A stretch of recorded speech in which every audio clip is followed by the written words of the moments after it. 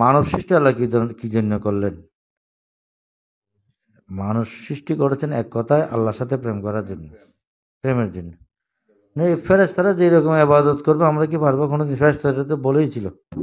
যাই হোক, এই প্রেমের বাস্তব ক্ষেত্র হচ্ছে গৌসুল আজম মেজবান্ডারির দরবার, এবং সেটা খোলাফায়ে কেরামগণ সেটা ব্যক্ত করেছেন তাদের কালামের মাধ্যমে। নবীজির হাদিসে একটা কথা আছে যে ওই ব্যক্তি হচ্ছে প্রকৃত মুমিন যে নিজের জন্য যা পছন্দ করে অন্যের জন্যও তা পছন্দ করে, তিনি হচ্ছেন প্রকৃত মুমিন। এখন আমাদের গৌসুল আজম মেজবান্ডারি রাদিয়াল্লাহু তাআলা আনহুর কদমে গিয়ে, সান্নিধ্যে গিয়ে যারা উপকৃত হয়েছেন, যারা আল্লাহ রসুল পেয়েছেন, যারা মানবতার এবং মনুষ্যত্বের শীর্ষে পৌঁছেছেন, ইসলামী ইনসানে কামেল হয়েছেন,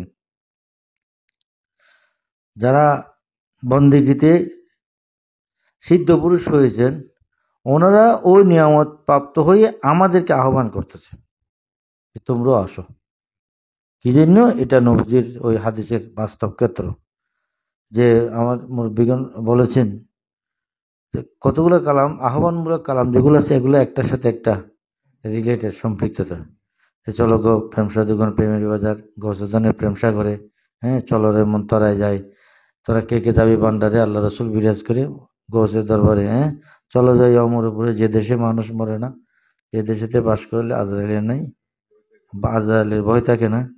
এইভাবে আরো যত আছে, হ্যাঁ। তারপরে এই গেলে জীবন প্রেমেরই সন্ধানে চলো মন, মাইজবান্ডারে উঠেছে তৌহিদের নিশানা। এইভাবে যত কালাম আছে এগুলো সব আহ্বানমূলক কালাম।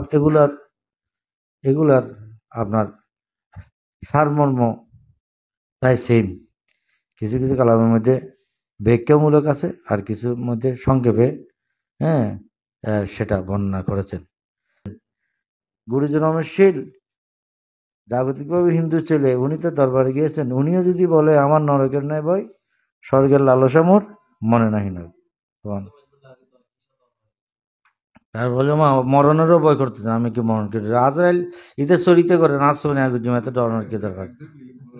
হ্যাঁ, তাই আমি তার দুজনে করি, দুইটা করি, আজরাইলে যান কবজ করে, আমি করি তারপরে দাঁড়িয়ে। তাহলে গাউসুল আজম মাইজভান্ডারীর যে নিয়ামত দিয়ে গেছে, খোলাফায়ে কেরাম যে নিয়ামত দিয়ে গেছে, আজকে আমাদেরকে সেগুলা প্রকৃত অর্থে আমাদেরকে অনুশীলন করতে হবে, অনুসরণ করতে হবে, এবং ব্যাখ্যা বিশ্লেষণ দিতে হবে।